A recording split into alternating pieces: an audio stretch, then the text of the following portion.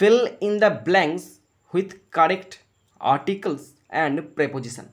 এই টপিকটা ক্লাস 1 থেকে ক্লাস 12 পর্যন্ত ভীষণ ইম্পর্টেন্ট। আজকে আলোচনা করছি 178। January 24, 1984 was a memorable day in Sudha's life. 1984 24শে জানুয়ারি দিনটা সুধার জীবনে মেমোরেবল ডে ছিল। She was back on dash stage, she was back on the stage. তোমরা বলবে দাদা থামো থামো থামো, আমাদেরকে বোঝাও।